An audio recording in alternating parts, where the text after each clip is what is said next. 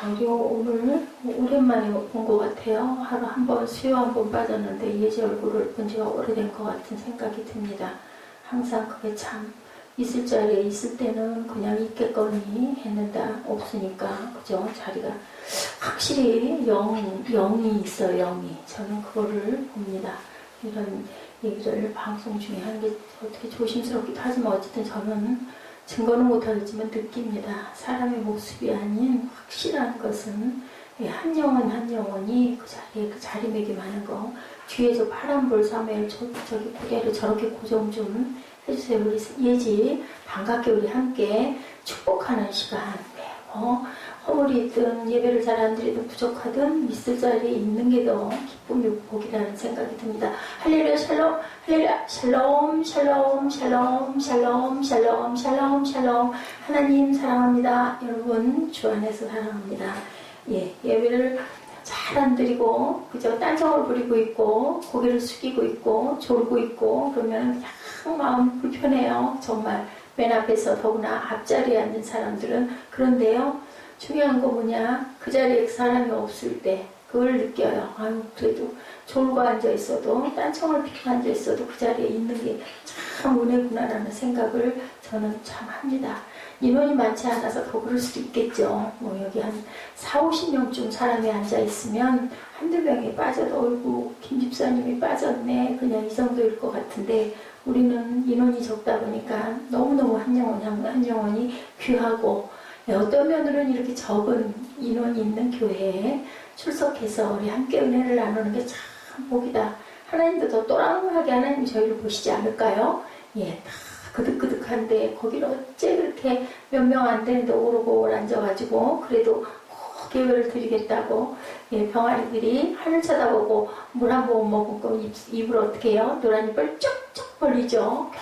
이렇게 하죠. 그런 것처럼 찬양하는 모습을 하나님이 보시고 이거 참 그래 곱구나. 많은 데서 하는 거야. 막 얼마나 조명도 화려하고 얼마나 그냥 기분이 좋아지고 신이 나고 좋을 수도 있지만, 아닌 데서 아무도 없는 데서 내가 예배를, 물론 아무도 없진 않지만 열심히 누가 보는 사람도 특별히 봐주는 사람도 없는데 거기서 열심히 하나님을 우러러 바라보며 찬양하는 모습, 그죠? 마음으로 기도하는 모습, 어떻게 보면 정말 안쓰럽기도 하고 딱하기도 하지만 아버지의 마음으로 보실 때 얼마나 흐뭇할까. 너희가 사람을 보지 않는구나. 그렇지 않을까요? 저는 그런 마음이 듭니다. 우리는 항상 어떻게 희망적으로 또 긍정적으로 기쁨의 마음으로 바라봐야 할 줄로 믿습니다. 오늘 사실은 12장 2절 한 절이에요.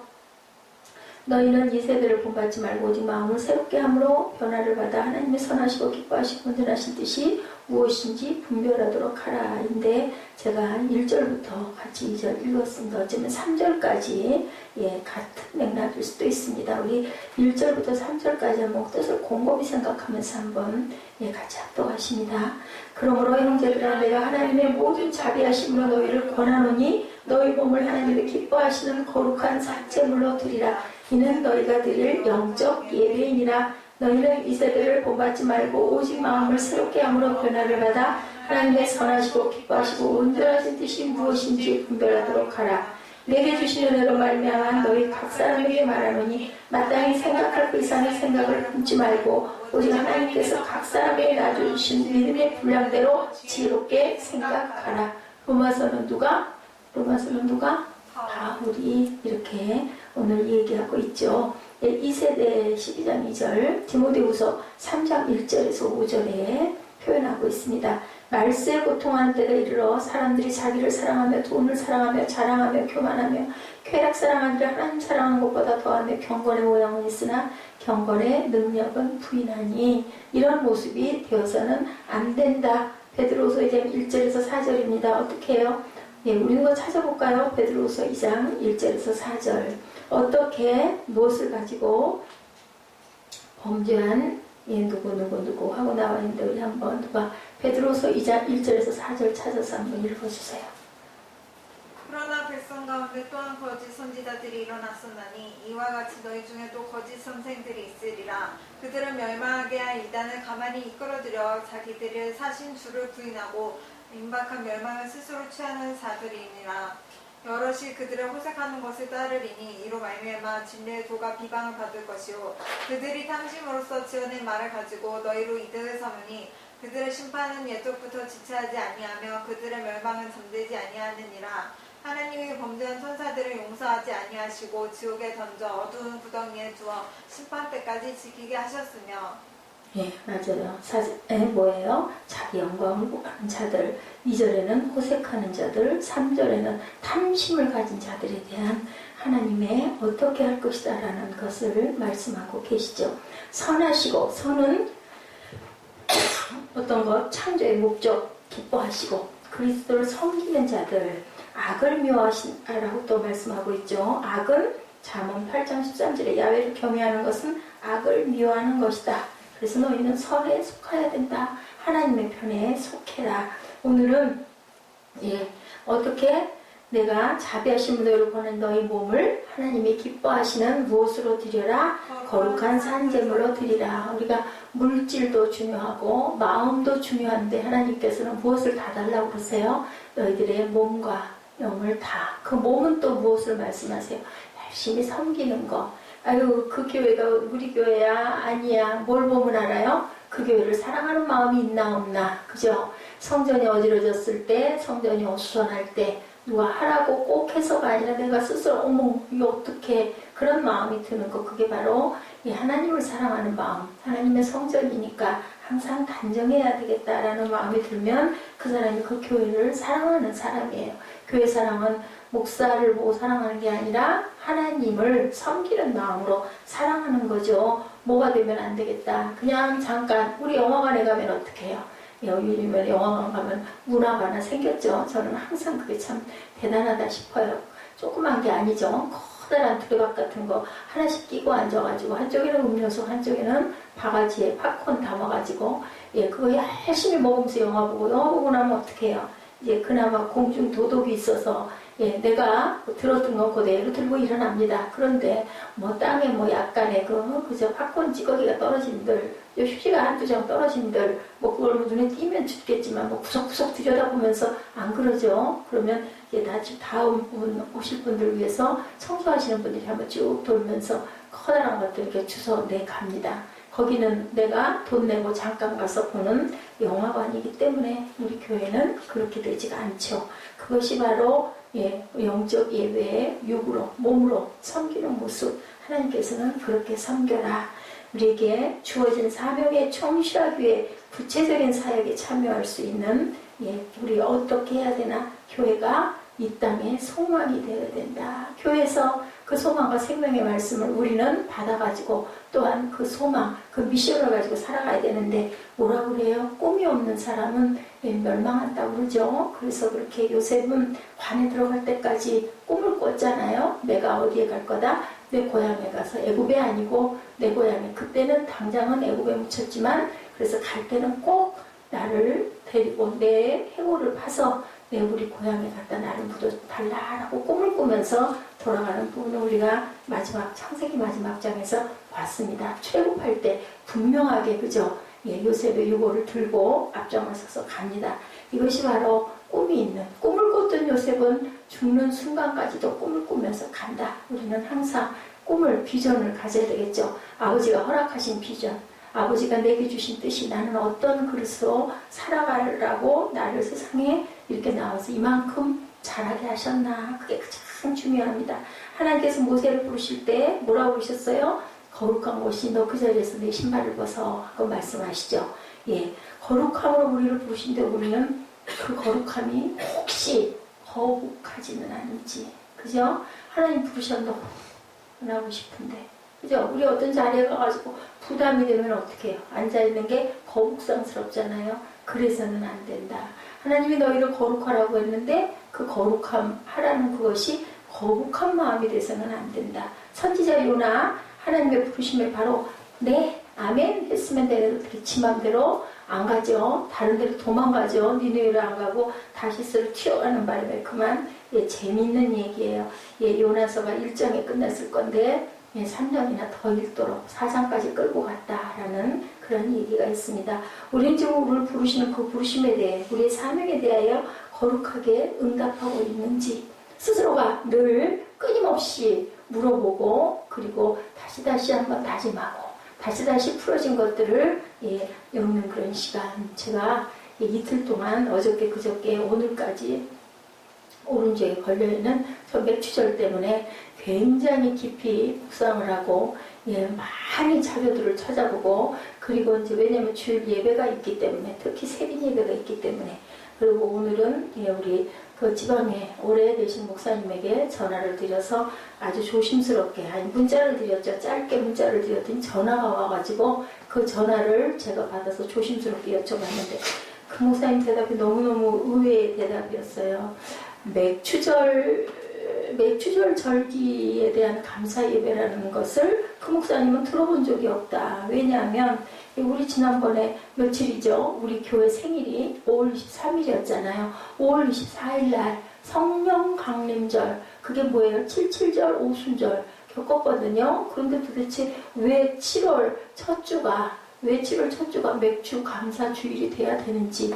아니 그래서 저도 그 부분 때문에 말을 못하고 벙어리 냉가슴을 앓도록 엄청나게 아주 머릿속이 뻐개져 나오도록 생각을 많이 하고 성경을 찾아보고 자료를 찾아보고 내가 뭘 잘못한 게 아닌가, 잘못 본 게 아닌가, 잘못 알고 있는 게 아닌가. 함부로 누구한테 물어볼 수가 없는 거잖아요. 그죠? 잘못했다가는 목사가 그것도 모르고 뭐하고 앉았어, 무슨 소리를 하는 거야 이럴까 봐서 이제 하나님이 지혜를 주시더라고요.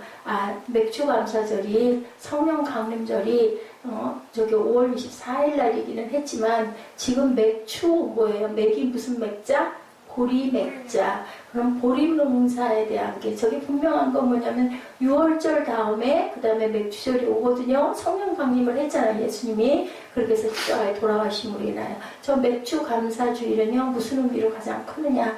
이제 주일날 제가 이제 마음을 탁 붙이고 중심을 딱 잡았기 때문에 설교를 하겠지만 중요한 거 맥주 감사주일 하나님께 감사하는 거예요. 그리고 또 감사주일이 하나 있죠. 추수감사. 그건 뭐예요? 쌀 농사 지어서 감사. 우리나라도요. 그래서 오늘 그걸 확인을 하느라고 장로교 목사님 김진숙 목사님한테 전화를 드렸더니 한 번에 해결이 되더라고요. 맞습니다. 내일 맥주 감사주일로 본인들은 항상 7월 첫 주를 그렇게 지킵니다. 궁금한 게 하나 또 생겼어요. 순복음교회 목사님들은 아무리 그래도 그렇지 들어보지를 못했다는 말은 도대체 무슨 말인가. 그래서 참 감사한 생각이 들었어요.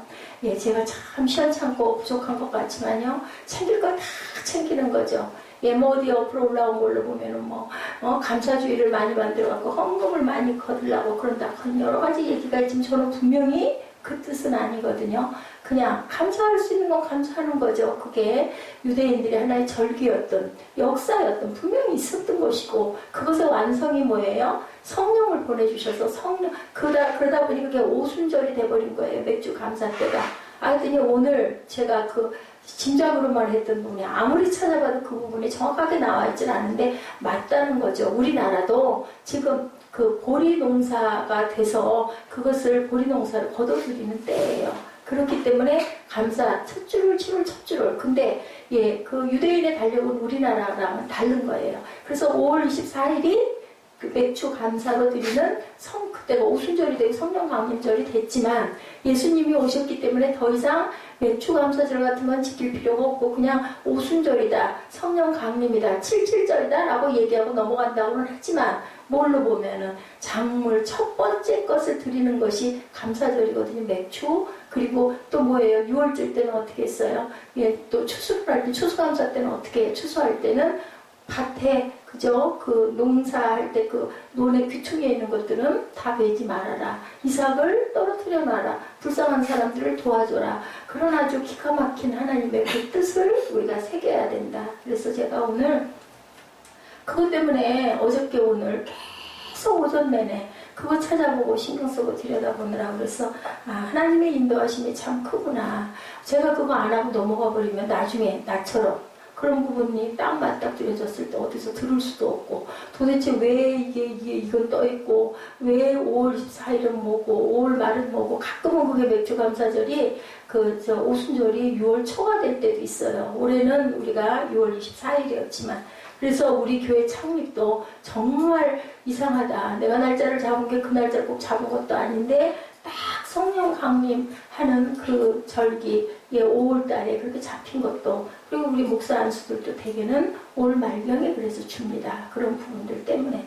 그래서 참 감사하다는 생각을 했습니다. 교단이 무슨 상관이 있겠어요. 근데 장로교단에서는 그거를 거의 다 지키는 거예요. 특히 시골로 갈수록. 제가 첫 번째 그 신학교에서 그 첫 번째는 아니고 여름에 하기에 그 전도대회 갔을 때 그 교회는 분명히 수봉교회인데 맥주 감사절 해가지고 저렇게 현수막이 달려있는 걸 제가 봤거든요. 근데 우리 교단에 그 굉장히 오래되신 목사님은 임원 목사님이신데 한 번도 들어본 일이 없다. 그런 걸로 인해서 신경을 쓰고 얘기를 하는 건 처음 들어봤다라는 얘기를 해서 제가 참 오늘 도대체 이게 무슨 제가 모르고 있는 건 아니거든요. 그래서 말씀을 드렸더니 설교에 그렇게 설교하시는 게 나쁘지는 않겠습니다. 그 양반 본인은 절기에 대한 설교는 별로 안 하신다라고 얘기를 하더라고요. 뭐예요? 모두가 다 예배가 중요하다는 거죠. 어떻게 예배? 신령과 진정으로. 그런데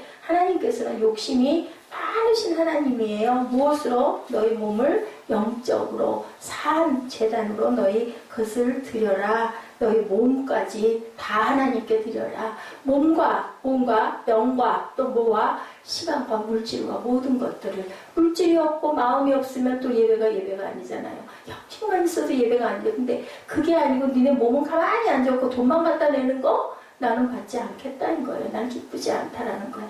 다 해라인 거예요. 영도 물질도 몸도 다 드려라. 그래서 섬기는 일을 하죠. 은혜를 받은 사람들은. 그래서 예배의 기쁨과 감격, 한국교회에 많은 사람이 예배의 지루함을 호소한다고 그러죠. 제가 전에 한번 그런 재밌는 에피소드를 말씀드렸죠. 아들이 엄마에게 아우 나는 교회 가기 싫어.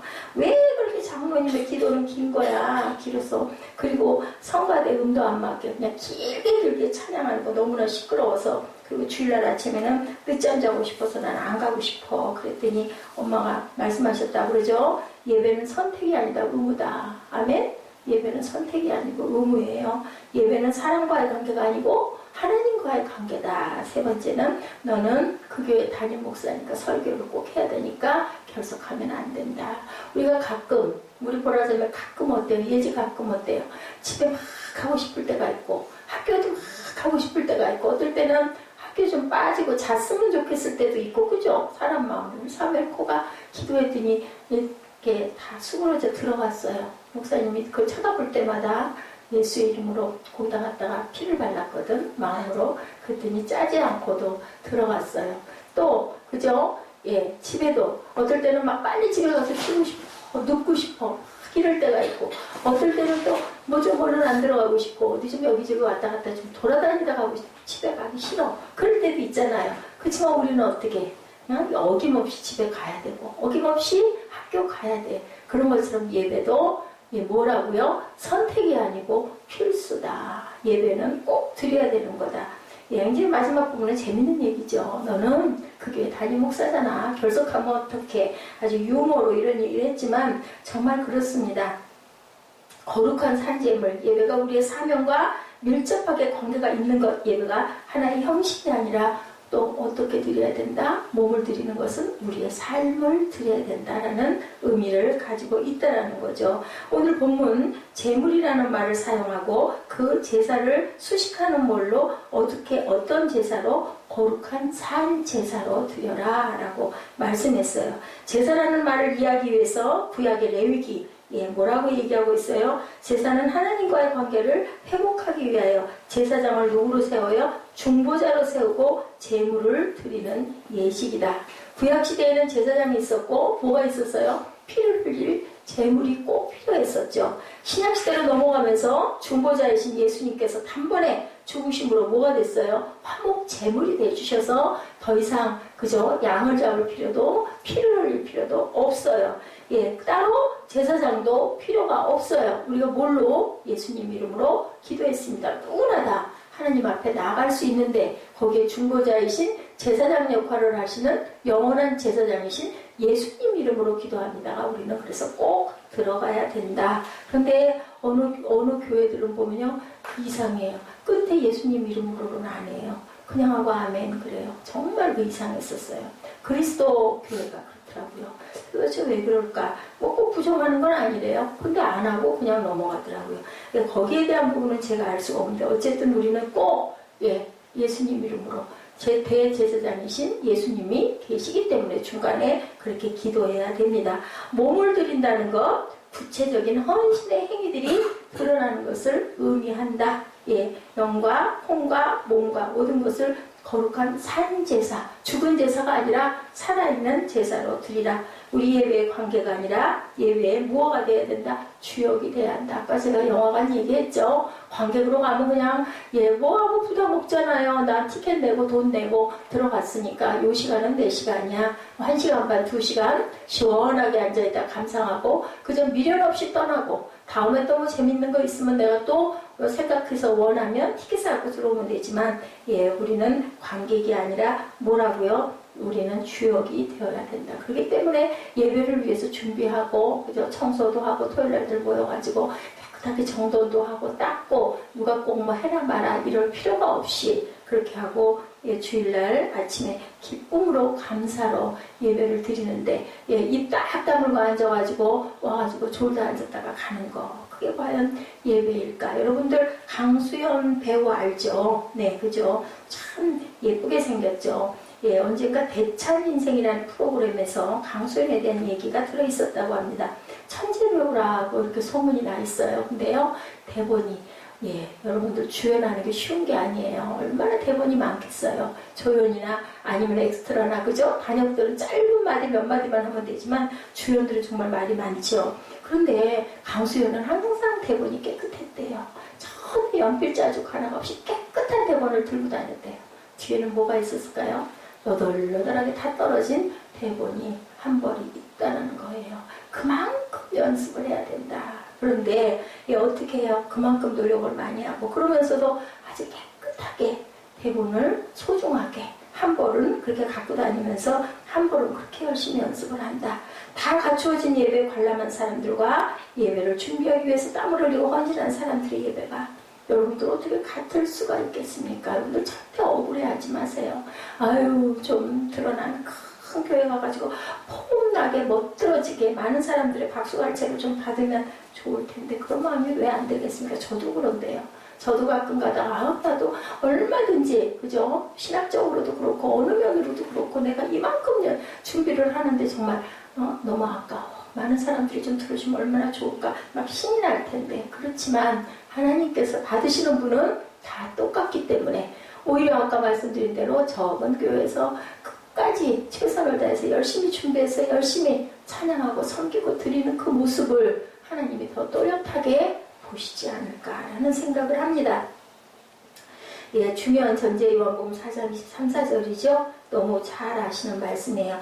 아버지께 어떻게 예배하는 자들이 참되게 예배하는 자들은 무엇으로 영과 진리로 예배할 때가 올 것이다. 누구에게 그랬어요? 우물가에 여인 만나가지고 예수님이 말씀하셨죠. 예수께서 말씀하신 예배의 기준은 뭐라고요? 영과 진리다. 우리 모든 영과 진리는 뭐예요? 하나님의 말씀이다라는 것이죠. 어떤 형식으로 드려야 할 것을 말씀하지 않으시고요. 이렇게 말씀드렸어요.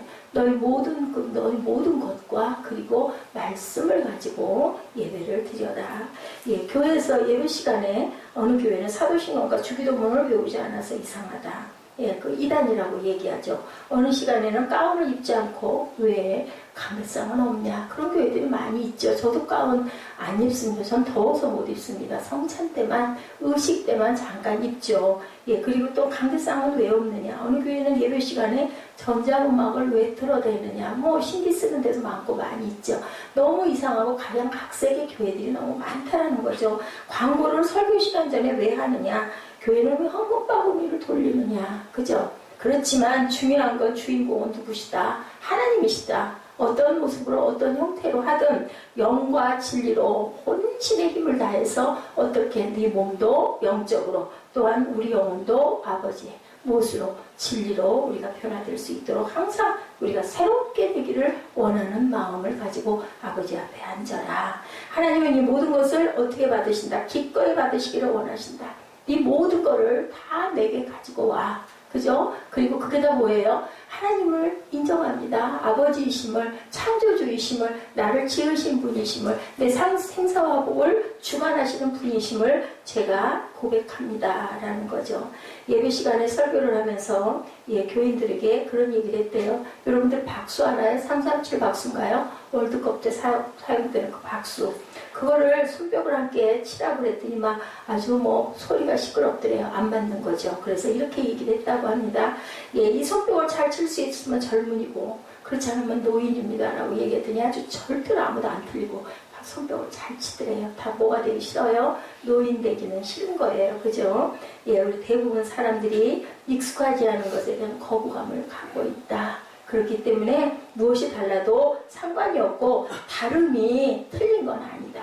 다른 것도 우리가 받아들일 줄 알고 어떤 마음을 가져라? 넓은 마음을 가져라. 우리 자신에게 일어나는 이러한 생각들이 성경적인가 아닌가 그것만 맞으면 거기에는 아무 상관이 없다. 그래서 제가 저 맥주절을 가지고 고민을 하다가 결론이 내린 건 성경에 분명히 있는 거고 구약에 굉장히 귀하게 여겼고 왜냐하면 10계명 돌판을 받은 게 바로 맥주절이었었어요. 맥주절의 기원은 뭐였느냐? 청교도들이 뭐를 만들었어요? 추수감사절, 첫 번째 수확을 것처럼 40년 광야 생활이 끝나고 하늘에서 만나와 메추라기가 끊어지고 그러고 나서 첫 번째로 드린 게 보리농사 첫 열매, 첫 소작을 가지고 드린 게 맥주절이었기 때문에 우리가 그 절기에 대한 것은 알고 가야 되고 감사하고 가야 되고 저는 또 한 가지가 또 있었어요. 감동이 온 게 7월 1일이야 하면서 어머 6개월을 갔네. 1월, 2월, 3월, 4월, 5월, 6월 딱 중간이잖아요. 그러면 나머지 하반기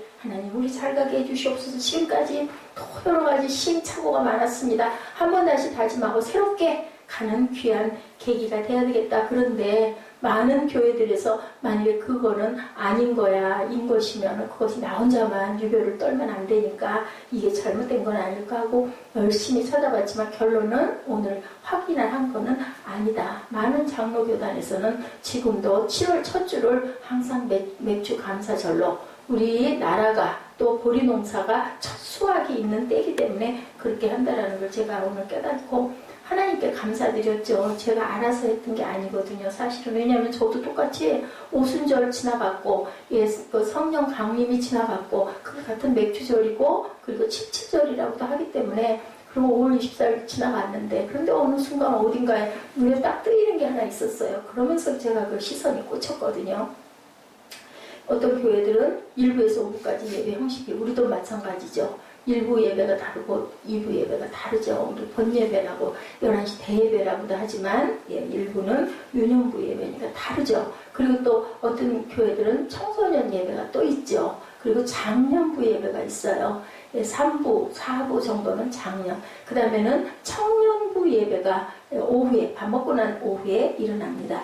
왜 그렇게 할까요? 세대들이 다르기 때문에. 제가 오늘 SK에다 전화를 한 길에 상담원에게 그런 얘기를 했어요. 요즘에는 우리나라 대한민국에 노인 인구가 엄청나게 많습니다. 그리고 50대 이후 60대를 노인이라고 하면은 실례죠. 한참 활동할 때이기 때문에. 근데 옛날로 보면은 노인인 거 맞아요. 근데요, 한결같이 SK 그 직원들은 응대를 하거나 인터넷이나 뭔가에 대해서 물어볼 때 아주 제가 국민 은행에 우리 공인인증 때문에 그거를 그 PC에다가 그것을 휴대폰에다가 그것을 결제 창고를 만들어 놓으면서 엄청 고생을 했어요. 그런데 그걸 도와주는 도우미들이 엄청나게 빠른 속도로 아주 딱딱하게 얘기를 해서 제가 한번 얘기를 한 적이 있었어요. 멀지도 않아 어젠가 그제. 좀 부드러운 목소리로 천천히 말씀하시면 안 될까요? 열어놓고 가는 대로 따라가는데 막 얘기를 급하게 하니까 얼른 눈에 안 보이죠. 마음이 긴장하고 막 그냥 따라가려면 얼른 보이지가 않고 제가 얘기를 했죠. 제가 60대입니다 라고 얘기를 했어요. 그때 깜짝 놀라더라고요. 너무너무 컴퓨터를 잘 아셔서 저는 그렇게 생각을 하지 않았다고 목소리가 그러셔서 그렇든 말든 간에 상대방 입장을 조금 헤아리십시오 라고 얘기를 했습니다. 그랬더니 너무너무 죄송하다고. 어쨌든 간에 저는 어플을 다 스스로 혼자서 그 노트북에다 다 깔았습니다. 왜냐하면 탭 때는 그게 안 됐었거든요. 그래서 그냥 일일이 컴퓨터를 열지 않아도 이제는 결제가 다 휴대폰에서 이루어질 수 있도록 이렇게 하고, 위메프인가 뭔가 그것도 깔고, 따라가고 배우지 않으면 그걸 왜 그렇게 열심히 했나? 어떻게 골머리가 아프도록 눈이 빠지도록 그걸 오전 내내 했거든요. 그저께도 그랬고. 왜 했나? 따라가야 되겠다. 내가 일일이 시장 가서 돌아다니면서 할 수 없으니, 그죠? 물샴푸 하나를 살래도 일부러, 그죠? 뭐, 어디까지 가야 되고 한다면 같은 값이고 무거운 거 갖다 주는 사람, 그런 사람을 찾아서 내가 주문을 해야 되겠다라는 생각으로 안 된다고 못한다고 남들에게만 얘기할 게 아니라 내가 일일이 참석해서 열심히 배워서 해야 되겠다. 앞으로 살아갈 날이 얼마일지는 모르지만 절대로 포기해서는 안 된다. 뭐예요? 꿈을 갖고 소망을 가져야 되고 열심을 가져야 되고 이것도 하나의 영적 하나님께 드리는 산 제단이다. 참 예배다라는 생각을 했습니다.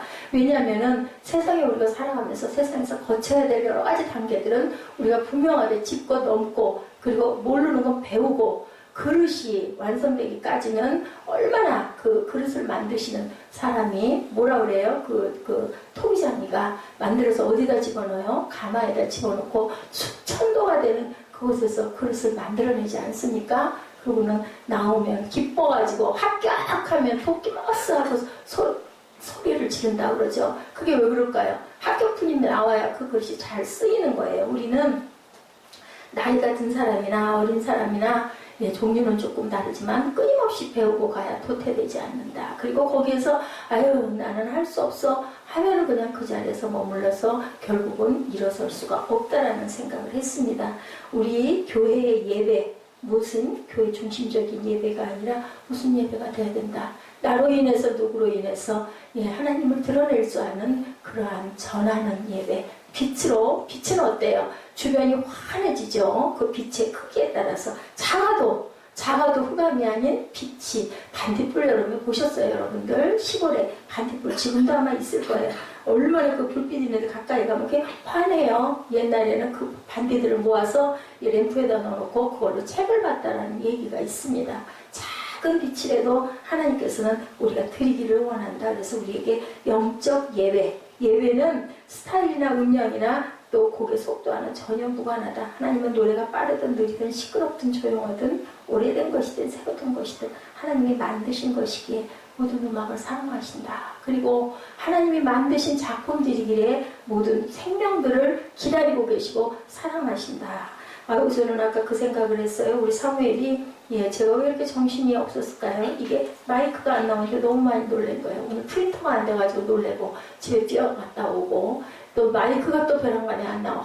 오늘 도대체 왜 이러냐 예배 드리려고 하는데 근데 얼마나 바보예요. 항상 잘 알았는데 약이 없었던 거죠. 그죠? 다른 게 잘 구별되는데 약이 없었던 거예요. 그러니까 긴장을 하니까 뭐가 하나의 충격을 받고 나니까 예배 전에는 마음이 평화하고 조용해야 되는데 벼랑간에 잘 돼도 프린터가 벼랑간에 안 되니까 뭐가 뭔지 모르겠으니까 해준 사람한테 연락을 해도 시원한 대답도 없고 막 그러니까 마음이 급해지고 예배 시간에 가깝고 그 막 쫓아가가지고 하면서 엄청나게 마음이 불편했었던 거예요. 그러고 나니까 그 다음 거는 아무 생각도 안 나는 거죠. 그러면서 생각이 뭐냐면 우리 사무엘이 없었으면 어떻게 했을 뻔할까. 마이크도 못 쓸 거고 그러다가 또 찬양하다 말고 벼랑간에 생각이 난 거예요. 제가 혹시 그 끈이 없는데 그 코드가 없는데 그 코드가 도대체 어디로 갔을까. 빠진 게 아무것도 없는데 그래서 제가 그 사물을 넣어놓은 그 함을 딱 열어보니까 뭔가 하나 있어요. 연결하는 연결고리가. 그래서 그걸 줬더니 이제 실험을 해봐야 되겠지만 그게 맞는 것 같다는 거죠. 이렇게 내가 놔두고 내가 헤매고 내가 쩔쩔매고 왜? 능력이 부족해서 그래요. 능력이 부족하고 혼자서 너무 많은 일들을 감당하다 보니까 지금 여러 사람이 주변에서 보좌를 해주고 보조해줘야 되는데 그런 부분들을 다 맡아서 하다 보니까 한계가 있는 거죠. 제 그릇은 요만한데 그것을 다 감당하려고 보니까 얼마나 어렵겠습니까? 하나님은 영이시니라고 말씀하세요. 하나님은 영이시다. 그래서 오늘 제목을 바꿨어요. Spirit and Truth라고 영과 진리라고 이렇게 제가 바꿨습니다. 하나님의 뜻을 그렇게 바꿨거든요. 하나님은 영이셔요. 하나님은 사람이 아니시고 영이시기 때문에 예수님이 하시고 싶었던 일, 하나님은 사물이 아니시다라는 거죠. 하나님은 우리와 영적 관계를 원하시지 육체적인 세상의 것에 관련지어서 말씀하고 싶어하지 않으신다. 근데 우리는 세상에 살면서 세상에서 거쳐야 될 많은 관문들을 통과하고 가야 된다는 거죠. 우리가 아이를 키울 때 예, 사람들이 학교에 찾아가 선생님께 조그만 선물을 드렸더니 선생님이 이렇게 말하더랍니다. 학기가 끝나는데 왜 이런 걸 가져오셨어요? 라고 반문을 했대요. 학기 초에 가져다 주는 선물은 뭐예요? 뇌물이고, 학기 말에 끝났을 때 가져다 드리는 선물은 감사의 선물이 될 수 없다라고 얘기를 하더라는 거죠. 우리는 선물을 드리고 싶었지 뇌물을 드리고 싶지 않았기 때문이다. 선생님도 기쁘시게 우리 뜻을 받아주었으면 하는 거. 요즘에 절대로 학교에다 뭐 갖다 드리면 안 되거든요. 하나님은 이런 것처럼 예배를 통해서 우리에게 감사의 고백을 받고 싶어 하시는 분인지 조건적인 뇌물을 받으시려는 분이 아니다. 여러분들 기도할 때 어떻게 기도해야 될지, 헌금할 때 어떻게 헌금해야 될지 아시겠죠? 예, 어느 교회에서 그랬다 그러죠. 명단을 쭉 불러주면 헌금 액수가 높아지고 명단을 전혀 공개하지 않으면 헌금이 탁 줄어든다 그래요. 근데 그것은 온전한 자세가 아니다. 하나님께 드리는 것이지 사람이 보고 어휴 저렇게 헌금을 많이 했어. 정말 열심히 헌금하네. 이런 칭찬을 받으려고 헌금을 드리거나 내가 이렇게 함으로 인해서 내가 이 일이 잘 되기 위해서 드리는 그러한 뇌물이 돼서는 안 된다. 영과 진리로 드리는 예배는 그렇게 해야 된다. 내가 이만큼 충성하면 하나님께서 무엇을 해주시겠지 이런 마음을 갖지 말라는 거죠. 하나님께서 무엇을 기뻐하실까? 어떻게 하는 게 기쁜 건가? 예배가 과연 뭘까? 하나님 계신 곳에 우리가 머무르려는 것이 예배일까? 아니면 우리가 있는 곳으로 하나님께서 오셨으면 하고 바라는 것이 예배일까? 여러분들 한번 곰곰이 담담히 생각해 보시기 바랍니다. 우리 있는 곳에 아버지가 오셨으면 하는 거잖아요. 예배로의 초청, 우리 누구에게 초청해요? 새신자들에게 초청하는데 그것을 하나님께서 오셔서 보시고 그래 너 참 잘했구나. 너 이렇게 열심히 생명 살리게 하고 있구나 라는 칭찬을 우리는 기뻐하고 싶은 거죠.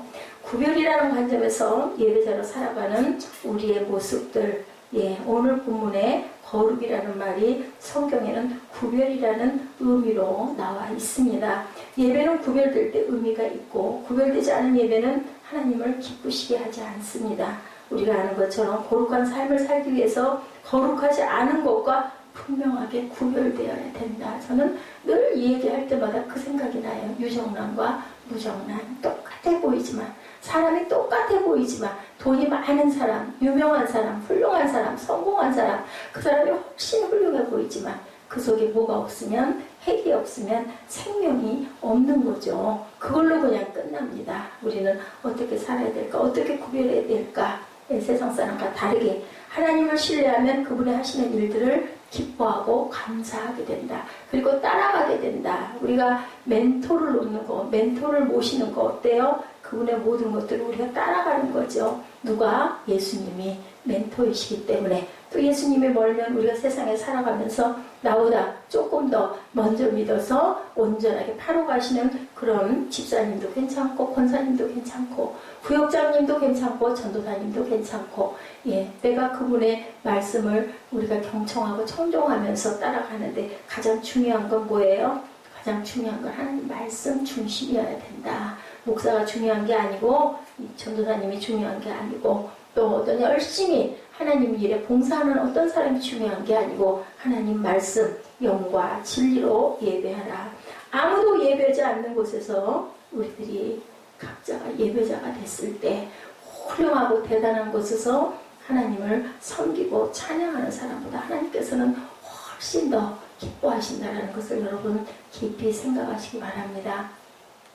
물질 부분에 주일원금, 감사원금, 성경원금, 사랑 나눔 11조도 어느 부분에서 우리의 귀한 물질을 구분하기를 여러분들은 원하십니까? 누구도 보지 않는 영이신 하나님 앞에서 여러분들이 구별되기를 바라시지는 않는지요. 어느 교회 목사님이 이런 말씀을 하셨는데 저는 너무 기뻤어요.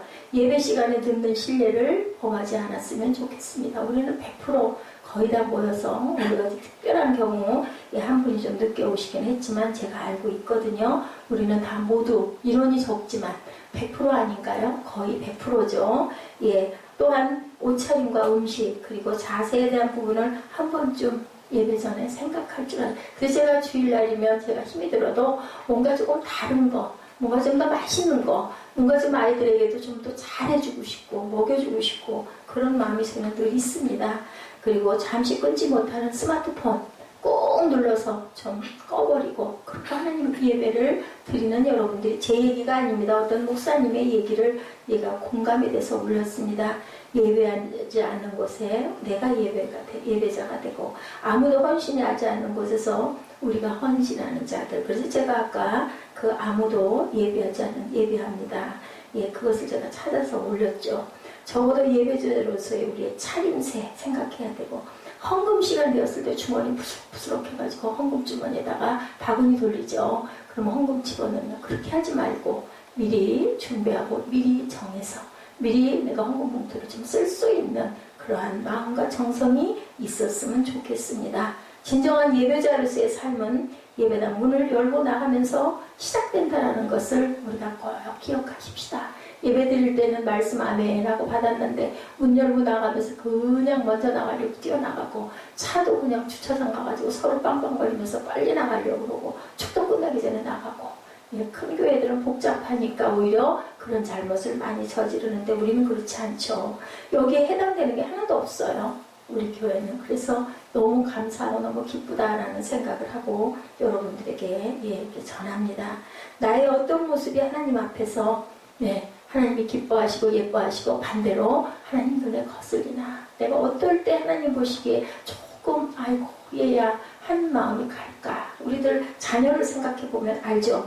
남은 반 내가 고쳐나가야 될 부분 그냥 포기하지 마시고 2015년 남은 6개월을 잘 준비해서 승리하는 그러한 6개월 되시기를 주님의 이름으로 축복합니다.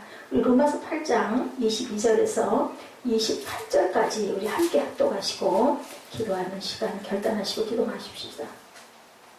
로마서 8장 22절에서 28절까지 여러분들 다 잘 아시는 그러한 말씀입니다. 저는 이 마음에 감동이 왔습니다. 우리 함께 합독하십니다. 피조물이 다 이제까지 함께 탄식하며 함께 고통을 겪고 있는 것을 우리가 아느니라. 그뿐 아니라 또한 우리 곧 성령의 처음 익은 열매를 받은 우리까지도 속으로 탄식하여 양자될 것 곧 우리 몸의 속량을 기다리느니라. 우리가 소망으로 구원을 얻었음에 보이는 소망이 소망이 아니니 보는 것을 누가 바라리요. 만일 우리가 보지 못하는 것을 바라면 참음으로 기다릴지니라. 이와 같이 성령도 우리 연약함을 도우시나니 우리는 마땅히 기도할 바를 알지 못하나 오직 성령이 말할 수 없는 탄식으로 우리를 위하여 친히 간구하시느니라. 마음을 살피시는 이가 성령의 생각을 아시나니 이는 성령이 하나님의 뜻대로 성도를 위하여 간구하심이니라. 우리가 알거니와 하나님을 사랑하는 자 곧 그의 뜻대로 부르심을 입은 자들에게는 모든 것이 합력하여 선을 이루느니라. 아멘. 우리는 보이는 것보다는 보이지 않는 것들, 값이 없는 게 보이지 않는 것들이에요. 그냥 보이는 것에 연연해서 천국의 소망을 잃어버리고 사는 사람들이 너무 많은데 우리는 어려움 중에 있고 힘든 중에 있고 고통 중에 있을 때 하나님을 찾게 되죠. 오히려 내가 부유하고 윤택하게 사는 것보다는 오히려 이게 더 좋사옵나이다. 내가 그래서 정말 다행이네 하는 그런 소리를 여러분들이 하실 그날이 있기를 주님의 이름으로 축복합니다. 우리 찬양하시고 결단하시는 시간 우리 보라